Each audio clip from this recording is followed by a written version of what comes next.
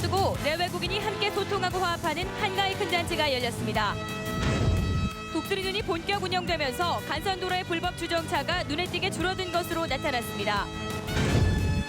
빨치산에 희생당한 공무원이 입증 자료가 없다는 이유로 국가유공자로 인정받지 못하고 있습니다. 화물연대 울주제장 등 지도부 2명이 화물차 연쇄방화 혐의를 시인해 경찰이 구속영장을 신청했습니다. 여러분 안녕하십니까? 9월 23일 일요일 UBC 프라임 뉴스입니다. 추석을 일주일 앞두고 지역에 사는 2만 5천여 명의 외국인들을 위한 한가위 큰 잔치가 마련됐습니다. 수천 명의 외국인들이 참가해 장기자랑과 체험 행사를 함께하며 소통과 화합의 한마당을 이뤘습니다. 김익현 기자입니다. 외국인 주민과 함께하는 한가위 큰 잔치가 열린 달동 문화공원. 외국인들의 화려한 한복 패션쇼가 눈길을 사로잡습니다.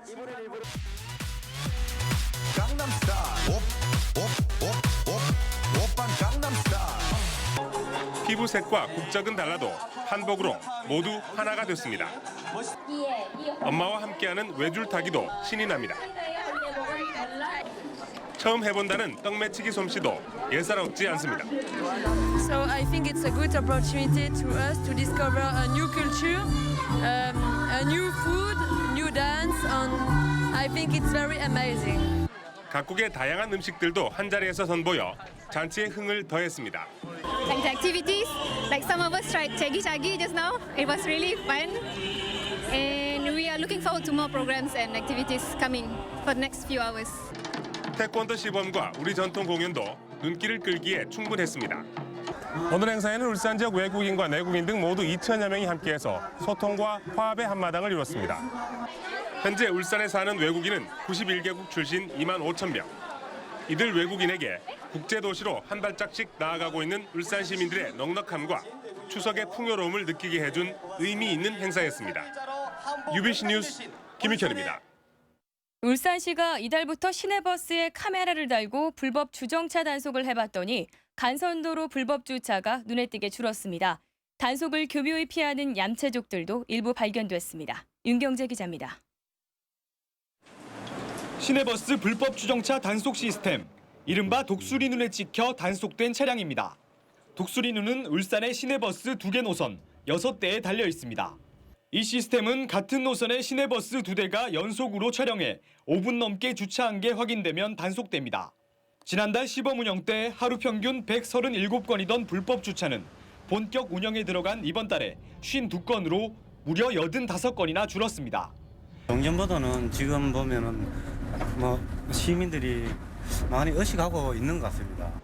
9월 3일부터 20일까지 2주간 단속 실적은 728건에 과태료 부과액은 2,786만 원. 적발된 지점은 중구는 향교, 남구는 삼산로, 동구는 꽃바위 차고지, 북구는 성내 삼거리가 많았고 요일별 편차도 있었습니다. 단속해본 결과 요일별로는 월요일과 금요일에 단속되는 건수가 많았고 구별로는 남구와 동구에서 단속. 울산시는 효과를 분석한 뒤 현재 오전 7시 반부터 12시간인 단속 시간과 단속 구간의 확대를 검토하기로 했습니다. 하지만 일부 얌체족들은 차량 뒤편을 촬영한다는 사실을 알고 트렁크를 열어 단속을 피하고 있어 대책 마련이 필요해 보입니다. UBC 뉴스 윤경재입니다. 빨치산에 의해 희생당한 공무원이 입증 자료가 없다는 이유로 국가유공자로 지정되지 못하고 있습니다. 당시 근무 기록은 읍사무소가 침수되면서 사라졌는데 보훈청은 다른 기록은 인정하지 않고 있습니다. 이다루 기자가 취재했습니다. 올해 67살인 김종아 씨와 73살인 김봉아 씨 형제는 어린 시절 아버지를 잃었습니다. 지난 1949년 울산읍사무소 계장으로 근무하던 선친 김기호 씨가 공무 수행 도중 빨치산에 붙잡혀 억울한 죽임을 당한 것입니다. 삼촌이 나무 숨는 거 그거 보고 갔는데 올라갔는데 두 사람이 와가 삼촌은 늦가 갔는데 흐르니까 내게 목을 자라 다 죽였다. 이 같은 사실은 지난 2009년 과거사정리위원회로부터 진실규명 결정을 받았고 선친의 공무원 기록만 제출하면 국가유공자가 될 수 있었습니다. 김기호 씨가 공무원으로 근무했다는 기록은 4.25 태풍으로 관련 서류가 모두 폐기 처분됨으로써 전혀 남아있지 않습니다. 읍사무소 침수로 기록이 사라진 것인데 최근 충원탑의 순직 공무원 명단에서 선친의 이름을 확인했습니다. 이를 근거로 보훈청과 국무총리 행정심판위원회에 국가유공자 인정을 신청했지만 역시 받아들여지지 않았습니다. 6.25 당시에 그 사망한 사실은 진술하에 그 규명위원회에서 인정이 되었지만은 그분이 그 당시에 공무원 신분이었다는 것을 입증할 객관적인 자료가 없어가지고 유족들은 억울하기만 합니다. 다른 사람들이 우리 고향 사람들이 저는 무슨 사성이 있어가 저 아버지 죽었다. 그게 너무 억울해서요. 그때부터 가슴에 못이 박혀가지고 혼돈의 역사 속에 희생당한 선열들의 후손에 대한 보다 배려 있는 보훈 정책이 필요해 보입니다. UBC 뉴스 이다루입니다. 내년도 울산신항 관련 사업 예산이 242억 원 증액된 360억 원이 확보될 것으로 보입니다. 새누리당 강길부 의원은 울산신항만 건설 사업 예산은 당초 118억 원에서 300억 원으로 늘리고 울산신항 인입철도 사업 예산 60억 원을 새로 확보할 예정이라고 밝혔습니다. 강 의원은 기획재정부는 경제 위기 속에 신규 사업을 억제한다는 방침이었지만 항만 경쟁력 강화를 위해서는 예산 적기 투입이 필요하다고 설득해 관련 예산을 확보했다고 설명했습니다. 울산의 사업체 수는 7만여 개로 제주도 다음으로 적지만 사업체당 매출액은 전국에서 가장 높은 것으로 나타났습니다. 통계청이 2010년 기준 경제총조사 결과를 분석한 결과 울산의 사업체당 매출액은 31억 3천여만 원으로 사업체가 가장 많은 서울의 18억 7천여만 원을 크게 앞질렀습니다. 또 인구 한 명당 매출액도 울산이 2억 700만 원으로 전국 최고치를 기록했습니다. 신고리 원정 5, 6호기가 들어설 울주군 서생면 신리마을 주민들이 이주 문제를 놓고 갈등을 빚고 있습니다. 울주군에 따르면 울주군과 고리원전 그리고 신리마을 등 3자 협의체는 지난달 31일 신리마을 회관에서 원전이 건설되는 신리마을 160여 가구가 모두 이주하는 데 합의했습니다. 그러나 최근 이 마을에 새 주민단체가 생기면서 4자 협의체 구성과 이주 지역 분리 등을 요구하며 신고리 5, 6호기 건설에 반대하고 있습니다. 그동안 노인지라도만 알았던 이 노안이 최근 30대 사이에도 빠르게 확산되고 있습니다. 스마트폰이나 태블릿 PC 사용이 가장 큰 원인이라고 합니다. 건강백세 성경희 캐스터입니다. 얼마 전부터 눈이 침침해지고 피로해져 병원을 찾은 30대 직장인입니다. 흐릿하게 보였다가 안 보였다가 또 잘 보였다가 하고 핸드폰도 봐도 조금 흐릿하게 보이는 게 있어서 최근 김양희 씨와 같은 증상으로 안과를 찾는 30대가 늘고 있는데요. 실제 노안 진단을 받는 경우도 많습니다. 일명 젊은 노안으로 스마트폰이나 태블릿 PC 등을 사용하는 젊은 직장인들 사이에 빠르게 확산되고 있습니다. 최근 들어서 스마트폰의 일반화 이런 것들이 우리 눈의 근거리 작업이 증가되는 많은 요인들을 만들고 있습니다. 그래서 수영체로 봤을 때는 가까이 볼 때는 두꺼워지면서 항상 일을 하게 되니까 이런 과도한 일들이 노안을 급증할 수 있는 원인이 될 수 있고요. 또 작은 화면을 집중해서 보면 눈 깜빡임이 약 40% 줄어드는데요.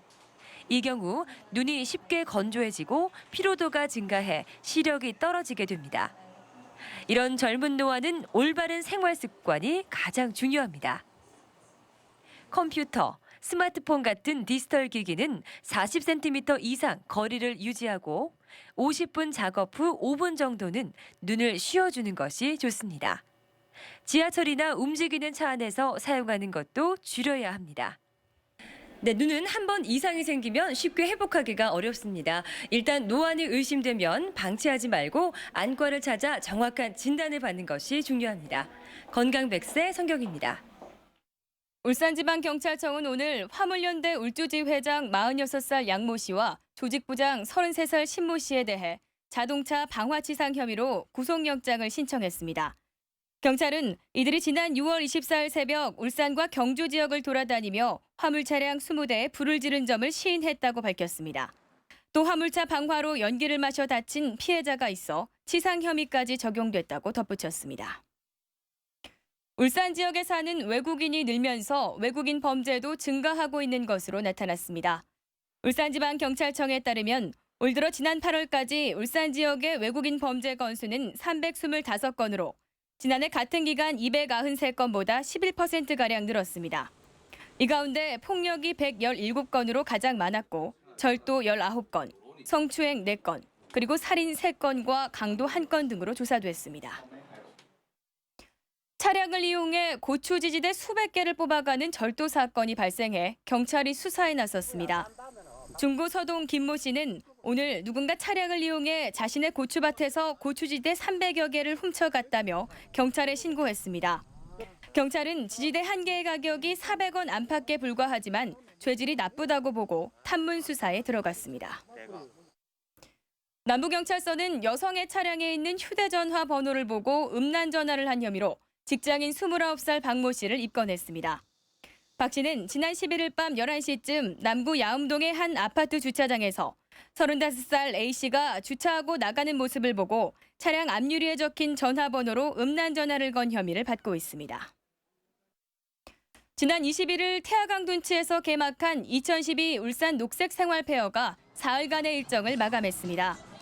제4회 울산 그린스타트 대회 그리고 제6회 녹색 에너지 산업 전시회와 함께 열린 이번 행사에는 생활 속 발전 체험관과 에너지블록 다람쥐통, 재활용 장바구니 만들기 체험 등 다양한 체험장과 전시장이 마련돼 시민들의 큰 관심을 끌었습니다. 북구청 광장에서 열리고 있는 무룡예술제에 휴일을 맞아 많은 시민들이 찾았습니다. 이번 예술제는 행복음악회와 뮤지컬 점프 등 풍성한 공연들로 많은 관심을 끌었으며 오늘은 마술사 최연우의 상상 콘서트가 열리고 있습니다. 북구문화예술회관 개관 9주년을 기념해 지난 10일 개막한 올해 무룡예술제는 오는 27일까지 계속됩니다. 울산 현대가 오늘 문수구장에서 열린 부산 아이파크와의 홈경기에서 2대2로 비겨 3위를 유지했습니다. 울산은 후반 막판까지 2대1로 끌려나가며 패색이 짙었지만 경기 종료 직전 강민수의 동점골로 패배를 면했습니다. 한편 울산 현대는 경기에 앞서 문수구장 인근 옥현주공 아파트와 공동 마케팅 협약을 맺었습니다. 끝으로 날씨입니다. 내일 영남 지방은 대체로 맑겠으나 고기압의 영향으로 가끔 구름 많겠습니다. 울산의 내일 아침 최저 기온은 16도, 낮 최고 기온은 25도로 오늘보다 조금 낮겠습니다. 바다의 물결은 남해 동부와 동해 남부 전 해상에서 1에서 2.5m로 점차 높게 일겠습니다. 다음은 주간 날씨입니다. 고기압의 영향으로 대체로 맑겠고 기온은 평년과 비슷하거나 조금 높겠습니다.